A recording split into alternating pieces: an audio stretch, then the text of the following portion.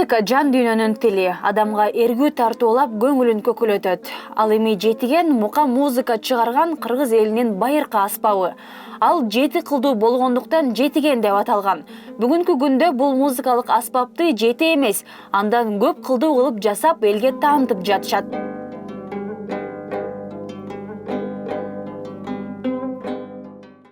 Бул жетиген аспабы азыркы кезде ошол Бишкек шаарынын тургуну Мирбек деген байке жасайт. Ал дагы ошол байке азыр өздөш жаңыдан багы модернизация кылып, улам эксперимент жасап, ошол 14, 17, 21 кылдуу кылып, агайларыбыз менен кеңешип, канчалык кылдын көп болгондугу, мисалы үчүн кыл канчалык көп болсо, ошончолук мүмкүнчүлүгү чоң болот. Бул жерде канча кыл бар? Азыр бул жерде 17 кыл, дагы 3 кыл кошуп 21 кыл жасап, ушундай жасап атышат.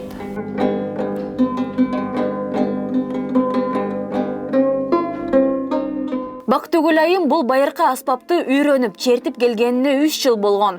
Жетиген байыркы заманда Борбордук Азияда жашаган калк арасында ойнолуп, бирок убакыт өткөн сайын популярдуулугун жоготкон. Аталган аспап Кыргызстандан айырмаланып Хакасияда унутулуп калган эмес. Хакас тилинде ал чатхан деп аталат.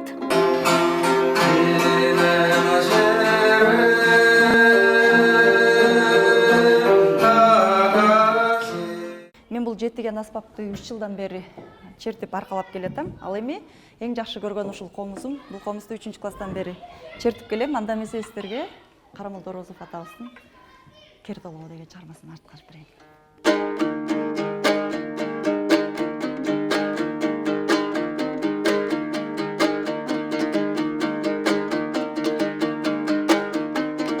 Мен музыка дүйнөсүнө деген кичинекей кезимден бери эле келатам десем болот. Анткени деген эсимде ушу 3-классымда мен өзүм Баткен районунун Карабулак айылында музыкалык мектепке өзүм барып, сентябрда экзамен тапшырып, ошол музыкалык мектепке өтүп, анан кийин үйгө келип, ата-энеме баягы сүйүнчүлөп кабарлап, мен музыкалык мектепке өттүм, эми мага комуз сатып бергиле, мен комузда окуймун деген ушундай кичинекей кезимде эле мындай чечкиндүү, бир нерсени жасайм деген нерсемди так аткара турган кыз болчумун да.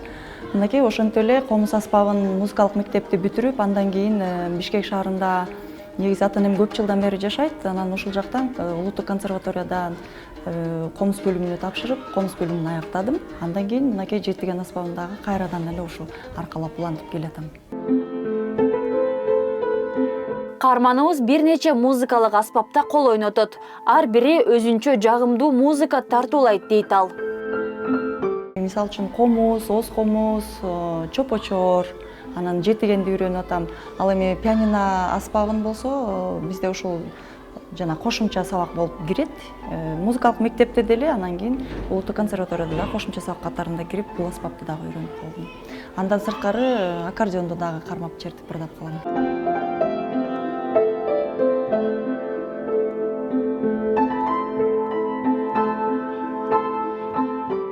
Бактыгүл Абдисаламова өзү музыка сабагынан берген мугалим. Чогуу баштайбыз, ре нотасын басабыз баарыбыз чогуу. Бирок ал музыканы жөн гана кесип катары эмес, чоң искусство деп билет.